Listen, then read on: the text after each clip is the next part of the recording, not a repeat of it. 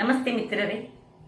ಇವತ್ತು ಕುಂಬಳಕಾಯಿಯನ್ನು ಬಳಸಿ, ಅಂದರೆ ಆ್ಯಶ್ ಗಾಡ್ ಅಂತ ಏನು ಕರಿತೇವೆ, ಅದನ್ನು ಬಳಸಿ ಒಂದು ಬಹಳ ರುಚಿಕರವಾದ ಕರಾವಳಿ ಶೈಲಿಯ ದೋಸೆ, ಅದರೊಟ್ಟಿಗೆ ಕುಂಬಳಕಾಯಿಯ ಸಿಪ್ಪೆಯನ್ನು ಬಳಸಿ ಅದಕ್ಕೊಂದು ಅದರ ಟೇಸ್ಟನ್ನು ಎನ್ಹ್ಯಾನ್ಸ್ ಮಾಡುವಂತಹ ಚಟ್ನಿ ಬಹಳ ರುಚಿಕರವಾಗಿರ್ತದೆ ಮತ್ತು ಆರೋಗ್ಯಕ್ಕಂತೂ ಬಹಳ ಉತ್ತಮ. ಇದನ್ನು ನೀವು ಸಾಫ್ಟಾಗಿ ಅಗಾಲ ಮಾಡಿಸಿ ದೋಸೆ ಮಾಡ್ಬೋದು ಅಥವಾ ದಪ್ಪ ದೋಸೆಯಾಗಿ ಸಹ ಮಾಡ್ಬೋದು.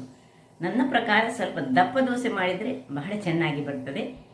ಹಾಗಾದರೆ ಯಾರೆಲ್ಲ ನನ್ನ ಚಾನಲನ್ನು ನೋಡ್ತಿದ್ದೀರಿ, ಯಾರೆಲ್ಲ ಇನ್ನೂ ಸಬ್ಸ್ಕ್ರೈಬ್ ಮಾಡಿಲ್ಲ, ದಯವಿಟ್ಟು ಸಬ್ಸ್ಕ್ರೈಬ್ ಮಾಡಿ, ಸಪೋರ್ಟ್ ಮಾಡಿ ಅಂತ ಹೇಳುತ್ತಾ ಬನ್ನಿ ಈ ಹೆಲ್ದಿಯಾದ ದೋಸೆ, ಹೆಲ್ದಿಯಾದ ಚಟ್ನಿ ಹೇಗೆ ಮಾಡುವುದೆಂದು ನೋಡೋಣ. ನಮಸ್ತೆ ಮಿತ್ರರೇ. ಇವತ್ತು ನೋಡಿ, ಕುಂಬಳಕಾಯಿಯನ್ನು ಬಳಸಿ ನಾವೊಂದು ರುಚಿಕರವಾದ ದೋಸೆಯನ್ನು ಮಾಡುವ. ಕರಾವಳಿಯವರು ಅಂದರೆ ನಾವು ಮಂಗಳೂರಿನವರು ಹೆಚ್ಚಾಗಿ ಈ ದೋಸೆಯನ್ನು ಮಾಡ್ತೇವೆ. ನೋಡಿ, ಈಗ 2 ಲೋಟದಷ್ಟು ನಮಗೆ ದೋಸೆ ರೈಸ್, ಯಾವ ರೈಸ್ ಆಗ್ತದೆ ನೀವು ದೋಸೆ ಮಾಡುವಂತಹ, ನೀವು ಸ್ಟೋರ್ನ ರೈಸ್ ತೆಗೆದುಕೊಳ್ಬೋದು. ಈ 2 ಲೋಟಕ್ಕೆ ಇದನ್ನು ಒಂದು ಪಾತ್ರೆಯಲ್ಲಿ ಹಾಕೊಳ್ಳೋಣ. ಮೊದಲಿಗೆ ನೋಡಿ, 1 2, ಇನ್ನು ಇದೇ ಲೋಟದಲ್ಲಿ 1/4 ಲೋಟದಷ್ಟು ಉದ್ದಿನ ಬೇಳೆ, ನೋಡಿ 1/4 ಲೋಟವನ್ನು ನೋಡಿಕೊಂಡು ಹಾಕ್ಕೊಳ್ಳಿ. ಹೆಚ್ಚು ಉದ್ದಿನ ಬೇಳೆ ಸಿಗೋಕ್ಕೆ ಬೇಡ. ಸೊ 1/4 ಲೋಟದಷ್ಟು ಉದ್ದಿನ ಬೇಳೆ, ಇಷ್ಟನ್ನು ಹಾಕ್ಕೊಂಡು ನಾವು ಇದನ್ನು ಚೆನ್ನಾಗಿ ನೀರು ಹಾಕಿ ಒಂದು 3 ಬಾರಿ ತೊಳೆದುಕೊಂಡು ನೆನೆಯಲು ಬಿಡೋಣ. ವೀಕ್ಷಕರೇ, ಇಲ್ಲಿ ನೋಡಿ, ನೆನೆ ಹಾಕಿದಂತಹ ಅಕ್ಕಿ ಇದೊಂದು 6 ಗಂಟೆ ಕಳೆದಿದೆ. ನಾನು ಒಂದು ಮಧ್ಯಾಹ್ನ 3 ಗಂಟೆ ಹೊತ್ತಿಗೆ ಮಾಡಿದವಳು. ಈಗ ಮೊದಲಿಗೆ ಇದನ್ನು ಸಣ್ಣದಾಗಿ ಹೆಚ್ಚಿಟ್ಟುಕೊಳ್ಳೋಣ ಮತ್ತು ಈ 1 ಬೌಲ್ನಷ್ಟು ಅವಲಕ್ಕಿಯನ್ನು ನೀರು ಹಾಕಿ ಕ್ಲೀನ್ ಮಾಡಿಕೊಂಡು ತರ್ತೇನೆ. ವೀಕ್ಷಕರೇ, ಇಲ್ಲಿ ನೋಡಿ, ಎಲ್ಲ ಕಟ್ ಮಾಡಿಕೊಂಡು ಇದರ ಮೇಲಿನ ಭಾಗ ಇದೆಲ್ಲ ಬೇಡ, ಇದರದ್ದು ಬೀಜಗಳು ಬೇಡ. ಇದನ್ನು ನೋಡಿ, ಇದರ ಹೋಳಿನಿಂದ ಒಂದು ಒಳ್ಳೆ ಸುಕ್ಕ ಮಾಡ್ಬೋದು. ಅದು ಕರಾವಳಿ ಒಂದು ಸ್ಪೆಷಲ್, ಎಲ್ಲ ದೇವಸ್ಥಾನಗಳಲ್ಲಿ ಹೆಚ್ಚಾಗಿರ್ತದೆ. ನೋಡಿ, ಇಷ್ಟು ಸಾಕು ನಮಗೆ. ನೋಡಿ, ಆ 2 ಲೋಟ ಅಕ್ಕಿಗೆ ಇಷ್ಟು ಸಾಕು. ಇದನ್ನು ಒಳ್ಳೆ ಚೆನ್ನಾಗಿ ತೊಳೆದ ಮೇಲೆ ಅಥವಾ ಮೊದಲೇ ಕಟ್ ಮಾಡಿ ಹೋಳುಗಳಾಗಿ ಮಾಡಿ ಸಹ ನೀರಿನಲ್ಲಿ ಹಾಕ್ಕೊಂಡು ಮತ್ತೆ ಕಟ್ ಮಾಡ್ಕೊಳ್ಬೋದು. ನೋಡಿ, ಮಿಕ್ಸಿಯಲ್ಲಿ ಚೂಸು ನೀರಿರಬಾರ್ದು. ಇದನ್ನು ಸಹ ಹಾಗೆ ಚೆನ್ನಾಗಿ ಬೀಜ ಏನಿಲ್ಲದ ಹಾಗೆ ಸುರಿಗೆ ಹೀಗೆ ಒತ್ತಿ ನೀರಿನಿಂದ ಸ್ವಲ್ಪ ಸಹ ನೀರಿಲ್ಲದ ಹಾಗೆ ಒತ್ತಿಕೊಂಡು, ಬೀಜ ಸಹ ಏನು ಬೀಳಬಾರ್ದು, ಸುರಿಗೆ ಇದನ್ನು ಗ್ರೈಂಡ್ ಮಾಡುವ. ಯಾಕೆ ಹೇಳಿದರೆ ಇದು ಈಗ ನೀರು ಆಗ್ತದೆ. ಈಗ ಗ್ರೈಂಡ್ ಮಾಡಿ ತರ್ತೇನೆ. ವೀಕ್ಷಕರೇ, ಇಲ್ಲಿ ನೋಡಿ, ಹೀಗೆ ಗ್ರೈಂಡ್ ಆಯ್ತು ನೋಡಿ, ನೀರು ಆಯ್ತು ನೋಡಿ. ಈಗ ಇದಕ್ಕೆ 1 ಬೌಲ್ನಷ್ಟು ತೊಳೆದು ಹಿಂಡಿದಂತಹ ಅವಲಕ್ಕಿಯನ್ನು ಹಾಕ್ಕೊಳ್ತಿದ್ದೇನೆ. ಅಥವಾ ಅವಲಕ್ಕಿ ಇಲ್ಲದಿದ್ದರೆ 1 ಸೌಟಿನಷ್ಟು ಅನ್ನವನ್ನು ಹಾಕ್ಕೊಳ್ಬೋದು. ಬಿಳಿ ಅನ್ನ ಇದ್ದರೆ ಬೆಳ್ತಿಗೆ ಅನ್ನ ಸಾಕ್ತದೆ. ಅಥವಾ ಈಗ ಅಕ್ಕಿ ಮತ್ತು ಉದ್ದು ಮಿಕ್ಸ್ ಮಾಡಿದಂತಹದ್ದು, ನೆನೆದಂತಹದ್ದು, ಇದನ್ನು ಗ್ರೈಂಡ್ ಮಾಡಿ 2 ಬಾರಿ ಅದು 2 ಬಾರಿ ಮಾಡ್ಕೊಳ್ಬೋದು. ಒಂದಾದರೆ 1 ಸರ್ತಿ ಆಗುತ್ತದೆ, 1 ಸರ್ತಿ ಎಲ್ಲವನ್ನು ನೀರು ಹಾಕ್ಕೊಳ್ಬೇಡಿ, ಬೇಕಿದ್ದರೆ ಮಾತ್ರ ನೀರು ಹಾಕ್ಕೊಳ್ಬೋದು. ಇದನ್ನು ಒಳ್ಳೆ ದೋಸೆ ಹಿಟ್ಟಿನ ಅದಕ್ಕೆ ಗ್ರೈಂಡ್ ಮಾಡಿ ತರ್ತೇನೆ. ವೀಕ್ಷಕರೇ, ಇಲ್ಲಿ ನೋಡಿ, ಒಳ್ಳೆ ಗ್ರೈಂಡ್ ಆಗಿ ಬಂತು. ನಿಮಗೆ ಕಾಣ್ಬೋದು ಹೇಗೆ ಎಷ್ಟು ಫೈನಾಗಿ ಮಾಡಿದ್ದೇನೆ ಅಂತ.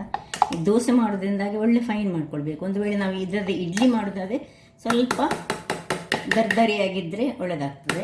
ಈಗ ಇದನ್ನು ನೋಡಿ, ಇದನ್ನು ನಾನು ಪಾತ್ರೆಯನ್ನು ಸ್ವಲ್ಪ ಗ್ಯಾಸ್ನಲ್ಲಿ ಬಿಸಿ ಮಾಡಿಕೊಂಡು ಇಟ್ಕೊಂಡಿದ್ದೇನೆ. ಯಾಕೆ ಹೇಳಿದರೆ ಈಗ ಸ್ವಲ್ಪ ಚಳಿ ಉಂಟಲ್ಲ, ಚಳಿಗಾಲ ಆದ್ದರಿಂದಾಗಿ ಸ್ವಲ್ಪ ಬಿಸಿ ಮಾಡಿದರೆ ಪಾತ್ರೆ ಒಳ್ಳೆ ಹುದುಗು ಬರ್ತದೆ. ಹಾಗಾಗಿ ಎಲ್ಲವನ್ನು ಇದಕ್ಕೆ ಹಾಕ್ಕೊಂಡು ಈಗ ಸ್ವಲ್ಪ ಈ ಮಿಕ್ಸಿ ತೊಳೆದ ಸ್ವಲ್ಪ ನೀರು ಮಾತ್ರ ಹಾಕ್ಕೊಂಡು ಉಪ್ಪು ಹಾಕ್ಕೊಂಡೇ ಇಟ್ಕೊಳ್ಳೋಣ. ಯಾಕೆ ಹೇಳಿದರೆ ಉಪ್ಪು ಹಾಕಿದರೆ ಬೇಗ ಹುದುಕ್ತದೆ ಅದು. ಈಗ ಸ್ವಲ್ಪ ರುಚಿಗೆ ತಕ್ಕಷ್ಟು ನೋಡಿ ಇಷ್ಟು ಉಪ್ಪು ಹಾಕ್ಕೊಳ್ತಿದ್ದೇನೆ. ಆಮೇಲೆ ಸ್ವಲ್ಪ ಮಿಕ್ಸಿ ತೊಳೆದ ನೀರು, ಸ್ವಲ್ಪ ನೀರು ಹಾಕ್ಕೊಂಡಿದ್ದಕ್ಕೆ ಮಿಕ್ಸಿ ತೊಳೆದ ನೀರನ್ನು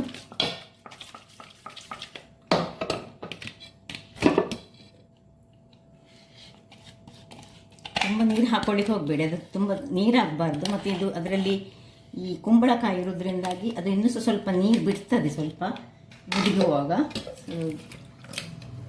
ಉಪ್ಪು ಹಾಕ್ಕೊಂಡೆ. ಸೊ ಇನ್ನು ನೋಡಿ ಇಷ್ಟು ದಪ್ಪದಲ್ಲಿ ಬೇಕು ನಮಗೆ, ನಿಮಗೆ ಕಾಣ್ಬೋದು. ಈ ನಮ್ಮ ಉದ್ದಿನ ದೋಸೆ ಮಾಡ್ತೇವೆ ಅದಕ್ಕಿಂತ ಸ್ವಲ್ಪ ದಪ್ಪದಲ್ಲಿ ಇಟ್ಕೊಳ್ಬೇಕು. ಇದರಲ್ಲಿ ಕುಂಬಳಕಾಯಿ ನಾಳೆ ಬೆಳಗ್ಗೆ ಆಗ ಸ್ವಲ್ಪ ಹುದುಗುವಾಗ ಸ್ವಲ್ಪ ನೀರಂಶ ಬಿಡ್ತದೆ. ಅದರಿಂದಾಗಿ ನೋಡಿಕೊಂಡು ನೀರನ್ನು ಹಾಕ್ಕೊಂಡ್ರೆ ಆಯಿತು. ತಿಳುವಾದರೆ ದೋಸೆ ಒಳ್ಳೆದು ಬರೋದಿಲ್ಲ. ಮತ್ತು ಇದಕ್ಕೆ ಮೆಂತೆ ಹಾಕ್ಕೊಳ್ಬಾರ್ದು. ಯಾಕೆ ಹೇಳಿದರೆ ಮೆಂತೆ ಹಾಕಿದರೆ ನಮಗೆ ಮೆಂತೆಯ ಫ್ಲೇವರ್ ಬರ್ತದೆ. ನಮಗೆ ಮೆಂತೆಯ ದೋಸೆ ಬೇಡ, ನಮಗೆ ಕುಂಬಳಕಾಯಿಯ ದೋಸೆ ಬೇಕಾದ್ರಿಂದಾಗಿ ಕುಂಬಳಕಾಯಿಯ ಫ್ಲೇವರೇ ಬೇಕು. ಈಗ ಇದಕ್ಕೆ ಮುಚ್ಚಳವನ್ನು ಮುಚ್ಚೋಣ. ಒಂದು ಮುಚ್ಚಳವನ್ನು ಮುಚ್ಚಿ ಇದರ ಮೇಲೆ ಒಂದು ಬಟ್ಟೆಯನ್ನು ಇಟ್ಕೊಳ್ಳೋಣ. ಸ್ವಲ್ಪ ಒಂದು ಬಿಸಿಯಲ್ಲೇ ಇರಬೇಕು. ಅದರ ಮೇಲೆ ಒಂದು ವೆಯ್ಟ್ ಇಟ್ಟು ನಾವು ಇದನ್ನು ರಾತ್ರಿಯಿಂದ ಬೆಳಗ್ಗೆ ಆಗೋ ತನಕ ಹುದುಗಿಲಿಕ್ಕೆ ಇಟ್ಕೊಳ್ಳೋಣ. ವೀಕ್ಷಕರೇ, ನಿನ್ನೆ ರಾತ್ರಿ ಇಟ್ಟಂತಹ ಹಿಟ್ಟು ಹೇಗಾಗಿದೆ ನೋಡೋಣ. ಇಲ್ಲಿ ನೋಡಿ, ತುಂಬ ದಪ್ಪ ಆಗಿದೆ. ಇಷ್ಟು ದಪ್ಪ ಬೇಡ ನಮಗೆ ಸ್ವಲ್ಪ ಇದಕ್ಕೆ ನೀರು ಮತ್ತು ಹೆಚ್ಚು ಬೇಡ, ಸ್ವಲ್ಪ ಹಾಕೊಳ್ಳೋಣ. ಮತ್ತು 1.5 ಚಮಚದಷ್ಟು ಸಕ್ಕರೆಯನ್ನು ಹಾಕೊಳ್ಳೋಣ ನಾವು. ಯಾಕೆ ಹೇಳಿದರೆ ಕುಂಬಳಕಾಯಿ ಆದ ಕಾರಣ ಸ್ವಲ್ಪ ಸಕ್ಕರೆ ಬೇಕಾಗ್ತದೆ. ಬೇಡದವರು ಸ್ಕಿಪ್ ಮಾಡ್ಕೊಳ್ಬೋದು.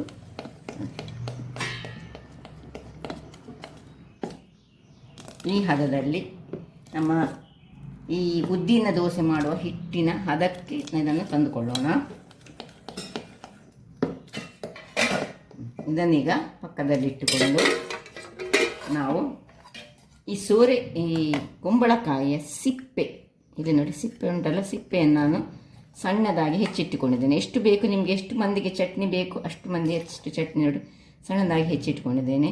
ಇದರದ್ದು ಚಟ್ನಿಯನ್ನು ತಯಾರಿಸ್ತಿದ್ದೇನೆ. ಈ ಒಂದು ಕುಂಬಳಕಾಯಿಯ ದೋಸೆಗೆ ಕುಂಬಳಕಾಯಿಯ ಚಟ್ನಿ. ಇದನ್ನು ಒಂದು ಕುಕ್ಕರಲ್ಲಿ ಹಾಕಿ ಸ್ವಲ್ಪ ಬೇಯಿಸ್ಕೊಳ್ಳೋಣ. ಯಾಕೆ ಹೇಳಿದರೆ ಸ್ವಲ್ಪ ಗಟ್ಟಿ ಇರ್ತದಲ್ಲ, ಗಟ್ಟಿ ಬೇಯಬೇಕಾದ್ರೆ ಕುಕ್ಕರಲ್ಲಿ ಹಾಕಿದರೆ ಪಕ್ಕ ಬೇಯ್ತದೆ. ಹೀಗೆ ಸಹ ನಾವು ಬೇಯಿಸ್ಕೊಳ್ಬೋದು ನೋಡಿ. ಸ್ವಲ್ಪ ನೀರನ್ನು ಹಾಕ್ಕೊಂಡು ಇದನ್ನು ಈ ಗ್ಯಾಸಲ್ಲಿಟ್ಟು ನಾನು ಸ್ವಲ್ಪ ಉಪ್ಪನ್ನು ಸದಕ್ಕೆ ಹಾಕ್ಕೊಳ್ತಿದ್ದೇನೆ.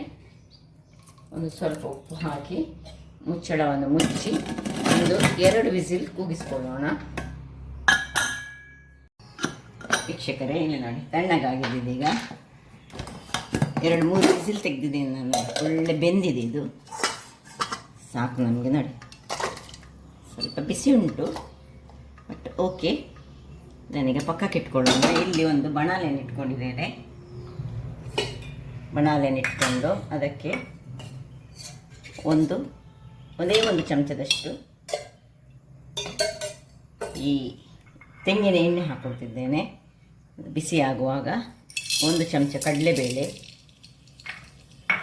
1 ಚಮಚದಷ್ಟು ಉದ್ದಿನ ಬೇಳೆ, ಇದನ್ನು ಸ್ವಲ್ಪ ಫ್ರೈ ಮಾಡ್ಕೊಳ್ಳೋಣ.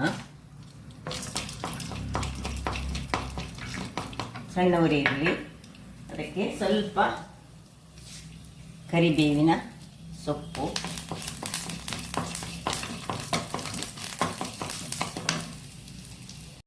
ಸ್ವಲ್ಪ ಇದು ಬಾಡುವಾಗ ನೋಡಿ ಕಲರ್ ಚೂರು ಚೇಂಜ್ ಆಗುವಾಗ 1-2 ಈ ರೆಡ್ ಚಿಲ್ಲಿ ಹಾಕಿದ್ದೇನೆ. ಈ ಬೇಯಿಸಿಕೊಂಡದಕ್ಕೆ ಯಾವಾಗಲೂ ಕೆಂಪು ಮೆಣಸನ್ನೇ ಹಾಕ್ಕೊಳ್ಬೇಕು ನಾವು ಬೇಯಿಸಿ ಮಾಡುವಾಗ.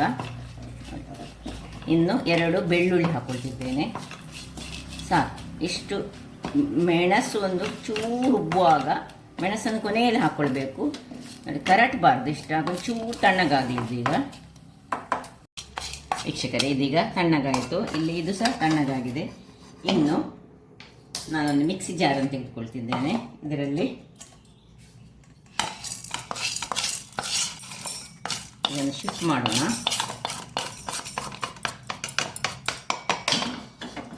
ಇನ್ನು ಸ್ವಲ್ಪ ಕೊತ್ತಂಬರಿಯ ದಂಟು ಎಲೆ ಎಲ್ಲ ಹಾಕೊಳ್ಳೋಣ. ಸ್ವಲ್ಪ ಸಣ್ಣದಾಗಿ ಹೆಚ್ಚಿಟ್ಟು ಹಾಕಿದರೆ ಗ್ರೈಂಡ್ ಪಕ್ಕ ಆಗ್ತದೆ. ಇನ್ನು ನಾನು ಈ ಬಿಂಬುಳಿಯನ್ನು ಹಾಕ್ಕೊಳ್ತಿದ್ದೇನೆ. ನೀವು ಬೇಕಿದ್ದರೆ ಹುಳಿಯನ್ನು ಹಾಕ್ಕೊಳ್ಬೋದು. ಬಿಂಬುಳಿ ಇಲ್ಲದವರು ಎಂತ ಮಾಡಲಿಕ್ಕಾಗ್ತದೆ, ಹುಳಿಯನ್ನು ಹಾಕ್ಕೊಳ್ಬೋದು. ಸಣ್ಣದಾಗಿ ಕತ್ತರಿಸಿಕೊಂಡು ಇದರ ತೊಟ್ಟಿನ ಭಾಗ ಯಾವಾಗಲೂ ಬೆಂಬುಳಿಗೆ ಹಾಕುವಾಗ ತೆಗಿಬೇಕು ಸರಿಯಾಗಿ. ಸೊ ನಾನು 2 ಬೆಂಬುಳಿಯನ್ನು ಹಾಕ್ಕೊಳ್ತಿದ್ದೇನೆ. ನೀವು ಒಂದು ಸಣ್ಣ ಯಾವಾಗಲೂ ನಾವು ಚಟ್ನಿಗೆ ಹಾಕುವಷ್ಟು ಹುಳಿಯನ್ನು ಹಾಕ್ಕೊಂಡ್ರೆ ಆಯಿತು. ಇನ್ನು ತೆಂಗಿನ ತುರಿ ನೀವೆಷ್ಟು ಮಂದಿಗೆ ಮಾಡ್ತೀರಿ ಅದರ ಪ್ರಕಾರ ಹಾಕ್ಕೊಂಡ್ರೆ ಆಯಿತು. ಕೊನೆಯದಾಗಿ ಉಪ್ಪು ಇದಕ್ಕೆ ಹಾಕ್ಕೊಳ್ಳಿಕ್ಕೆ ಉಂಟು. ಈಗ ಇದರ ನೀರಿನೊಟ್ಟಿಗೆ ಹಾಕ್ಕೊಳ್ಳಿ. ಸ್ವಲ್ಪ ತುಂಬ ನೀರು ಬೇಡ, ನಾವು ತುಂಬ ನೀರು ಮಾಡ್ಕೊಳ್ತಿಲ್ಲ. ಇದಕ್ಕೆ ಸ್ವಲ್ಪ ಉಪ್ಪನ್ನು ಹಾಕ್ಕೊಳ್ಳೋಣ. ಸ್ವಲ್ಪ ಹಾಕ್ಕೊಳ್ಳೋ, ಯಾಕೆಂದರೆ ನಾವು ಆಲ್ರೆಡಿ ಇದಕ್ಕೆ ಬೇಯುವಾಗ ಹಾಕ್ಕೊಂಡಿದ್ದೇವೆ ಉಪ್ಪನ್ನು.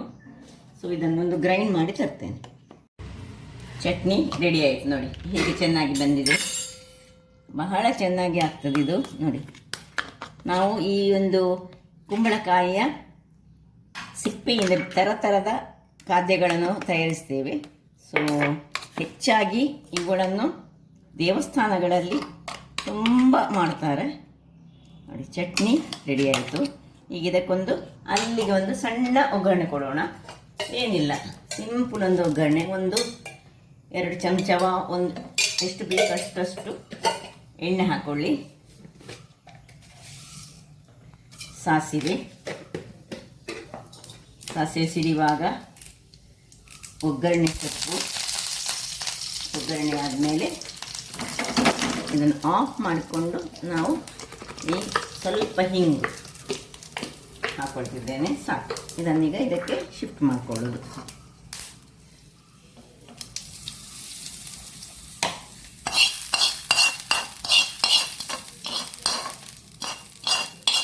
ಇಲ್ಲಿ ಬೇಕಿದ್ರೆ ಒಣಮೆಣಸಿನಕಾಯಿ ಅಂತ ಹಾಕ್ಕೊಳ್ಬೋದು, ಒಂದು ಖಾರ ಸ್ವಲ್ಪ ಹೆಚ್ಚು ಬೇಕಿದ್ದರು. ಇದು ರೆಡಿ ಆಯಿತು. ಇದರಲ್ಲಿ ಈಗ ನಾವು ಒಂದು ಕಾವಲಿಯನ್ನು ಇಟ್ಕೊಂಡು ದೋಸೆಯನ್ನು ರೆಡಿ ಮಾಡಿಕೊಳ್ಳೋಣ. ವೀಕ್ಷಕರೇ, ಇದು ಬಿಸಿ ಆಯಿತು. ಈಗ ಇಲ್ಲಿ ನೋಡಿ, ಚಟ್ನಿಯನ್ನು ಬದಿಗಿಟ್ಕೊಂಡು ನಿಮಗೆ ಕಾಣ್ಬೋದು ಹದ ಎಷ್ಟು ಅಂತೇಳಿ. ಈಗ ಸುರಿಗೆ ಇದಕ್ಕೆ ಎಣ್ಣೆ ಹಾಕೊಳ್ಳೋದು ಬೇಡ, ಅಥವಾ ತುಪ್ಪ ಯಾವ ಸಾಕ್ತದೆ ನೋಡಿ.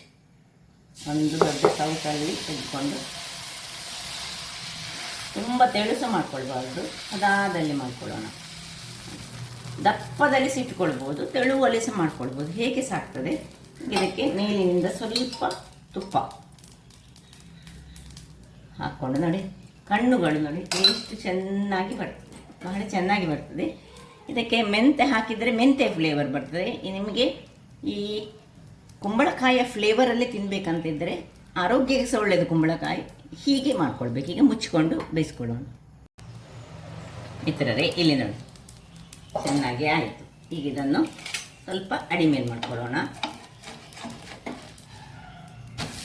ಕಲರ್ ಎಷ್ಟು ಚೆನ್ನಾಗಿ ಬಂದಿದೆ. 1 ನಿಮಿಷ ಸಾಕು. ಆಮೇಲೆ ತೆಗೆದುಕೊಂಡ್ರೆ ಆಯಿತು. ಪಕ್ಕ ಇದು ಕಾಯ್ತದೆ.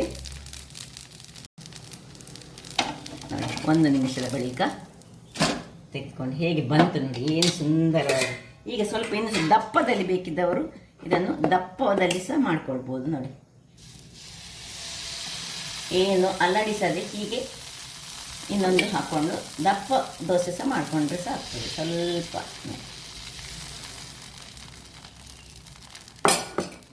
ಕಣ್ಣುಗಳು ಹೇಗೆ ಬರ್ತದೆ ನೋಡಿ, ಹಾಕಿದ ಕೂಡಲೇ ಕಣ್ಣುಗಳು ಬರ್ತದೆ. ಇನ್ನು ಮೇಲಿನಿಂದ ಸರಿ ಕಣ್ಣು ಬಂದ ಮೇಲೆ ಸ್ವಲ್ಪ ತುಪ್ಪವನ್ನು ಹಾಕೊಳ್ಳೋಣ ನೋಡಿ. ಎಲ್ಲ ಕಣ್ಣುಗಳು ಬಂತು ನೋಡಿ. ದಪ್ಪ ಆದರೆ ಸಹ ಬಹಳ ಚೆನ್ನಾಗಿ ಬರ್ತದೆ. ಕೆಲವರಿಗೆ ದಪ್ಪ ದೋಸೆ ಇಷ್ಟ ಇರುವುದಿಲ್ಲ, ಅದಕ್ಕೆ ನಾನು ಸುರಿದನ್ನೊಂದು ತೆಳುವಾಗಿ ಮಾಡಿ ತೋರಿಸಿದ್ದು. ಸ್ವಲ್ಪ ಮನೆಯಲ್ಲಿ ಹಿರಿಯರಿದ್ದರೆ ಅವರಿಗೆ ಸ್ವಲ್ಪ ತೆಳು ದೋಸೆ ಖುಷಿ ಆಗ್ತದೆ. ನಮಗೆಲ್ಲ ನೋಡಿ ಇಲ್ಲಿ ಇಂಥ ದೋಸೆ ನೋಡಿ, ಇನ್ನು ಮುಚ್ಚಿಕೊಂಡು ಬೇಯಿಸ್ಕೊಳ್ಳೋಣ. ವೀಕ್ಷಕರೇ, ಇಲ್ಲಿ ನೋಡಿ, ಇದು ದಪ್ಪ ದೋಸೆ ಆದ್ದರಿಂದಾಗಿ ಇದನ್ನು ಹದಾ ಉರಿಯಲ್ಲಿ ಒಂದು 5 ನಿಮಿಷ ಕಾಲ ಆದರೂ ಬೇಯಿಸ್ಕೊಳ್ಬೇಕು. ಇದನ್ನು ನಾನೀಗ ತಿರುವಿ ಹಾಕ್ತಾ ಇಲ್ಲ ನೋಡಿ. ತಿರುವಿ ಹಾಕದೆ ಹೇಗೆ ಬಂದಿದೆ ನೋಡಿ. ಇದು ತಿರುವಿ ಹಾಕಿ ತೆಳುವಲ್ಲಿ ಮಾಡಿದಂಥದ್ದು. 2 ರೀತಿಯಲ್ಲಿ ಸಹ ಮಾಡ್ಬೋದು. ಇದು ಆಯಿತು ನೋಡಿ, ಏನು ಚೆನ್ನಾಗಿ ಬಂದಿದೆ, ನಿಮಗೆ ಕಾಣ್ಬೋದು. ಬಹಳ ಚೆನ್ನಾಗಿ ಬರ್ತದೆ. ಇದು ಸ್ವಲ್ಪ ದಪ್ಪದಲ್ಲಿ ಮಾಡುವಂತಹದ್ದು. ಹಾಗಾದರೆ ನೋಡಿದರಲ್ಲ ವೀಕ್ಷಕರೇ, ಚಟ್ನಿ, ಕುಂಬಳಕಾಯಿಯ ಚಟ್ನಿ, ಕುಂಬಳಕಾಯಿಯ ಸಿಪ್ಪೆಯ ಚಟ್ನಿ ಪ್ಲಸ್ ಕುಂಬಳಕಾಯಿಯ ದೋಸೆ ಬಹಳ ಚೆನ್ನಾಗಿ ಬರ್ತದೆ. ಟೇಸ್ಟ್ ಅಂತೂ ಅಲ್ಟಿಮೇಟ್ ಅಂತ ಹೇಳ್ಬೋದು. ಒಮ್ಮೆ ನೀವು ಟ್ರೈ ಮಾಡಿ. ಬಟ್ 1 ಚಮಚ ಸಕ್ಕರೆ ನೀವು ಹಾಕ್ಕೊಳ್ಳೇಬೇಕು. ಬೆಳಿಗ್ಗೆ ನೀವು ದೋಸೆ ಹೊಯ್ಯುವ ಮೊದಲು ಅದನ್ನು ನೆನೆಪಿಟ್ಟುಕೊಳ್ಳಿ. ಅಥವಾ ನೀವು ಬೆಲ್ಲ ಬೇಕಿದ್ದರೆ ಬೆಲ್ಲದ ಹುಡಿಯನ್ನು ಸಹ ಹಾಕ್ಕೊಳ್ಬೋದು. ಸ್ವಲ್ಪ ಕಲ್ಲರ್ ಮತ್ತು ದೋಸೆದು ಚೇಂಜಸ್ ಬರ್ತದೆ ಮತ್ತು ಫ್ಲೇವರ್ ಅಂತೂ ಬಹಳ ಚೆನ್ನಾಗಿ ಬರ್ತದೆ. ಹಾಗಾದರೆ ನನ್ನ ಈ ಕುಕಿಂಗ್ ಚಾನಲ್ ನಿಮಗೆ ಇಷ್ಟ ಆದರೆ ಬೋಳೂರು ಸೋನ್ ಚಾನಲನ್ನು ಲೈಕ್ ಮಾಡಿ, ಶೇರ್ ಮಾಡಿ ಹಾಗೂ ಸಬ್ಸ್ಕ್ರೈಬ್ ಮಾಡಿ ಹಾಗೂ ನನ್ನ ಇನ್ಸ್ಟಾಗ್ರಾಮ್ ಪೇಜನ್ನು ಫಾಲೋ ಮಾಡಿ. ಧನ್ಯವಾದಗಳು.